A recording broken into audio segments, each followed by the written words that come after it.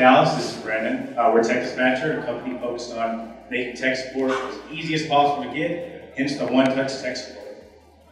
So the problem, which we think is pretty obvious, is that getting tech support is it's not accessible, it's not affordable, and it's not local. So the biggest component we have is that we want to change accessibility by building a platform where all your IT needs are hosted. Now this is big for businesses, which are currently our main focus, because it'll streamline the IT process. Things like tickets, invoices, payments, workflow, having employees submit an order and having a manager approve it before we get a ticket and charge it. Simple price. We want to be dead simple. We have hourly rates, nothing too confusing, no strings attached, no down deposits, no questions, no going back and forth, no hidden charges. We've got a simple price that'll obviously change for contracts down the road, but there should be nothing hidden, and you should know exactly what you're getting for as a business when you've got a hold of us. And the last one is local. So if you search for tech support right now on Google, one of the top hits is going to be Craigslist or Reddit or something crazy, or as we all know, you sit on the phone and you deal with somebody who's not a native English speaker. We plan to change that and to team that up with our platform to make sure that you have a local branch with local technicians that aren't strangers, aren't contractors, aren't freelancers, they are our employees. Now this is kind of a very simplified process of how it works. You contact us on your platform, again, mobile, desktop, Facebook, Twitter, app, whatever. We assign a tech based on your needs, because tech will have a lot of needs.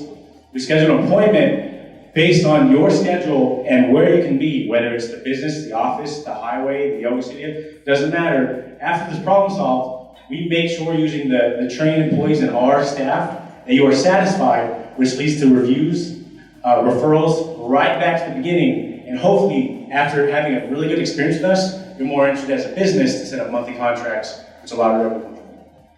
This is our team. So we've got Brandon here himself, an aerospace engineer. I guess those guys are intelligent, but he graduated roughly 3-4 months ago, and this business had enough traction that he was able to maintain that and go from a startup working around the clock with homework and exams right into being an employee here without having to get a job, which is kind of cool.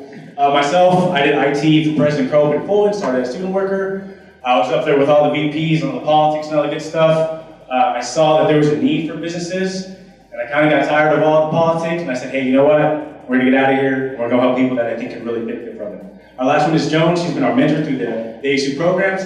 She's got a lot of experience on Wall Street and with telling CEOs what to do. She loves to tell us what to do. She tells us what we need to hear, even if we don't want to hear it. But she is very key in actually staying realistic to having a business that can not only kind of take over Phoenix and support Phoenix, but go nationwide. All right, so this market for tech support is a really big market. I think everybody knows that. Within the United States, this market is a $25 billion market, and so we broke that down to Phoenix, which is where we intend to launch.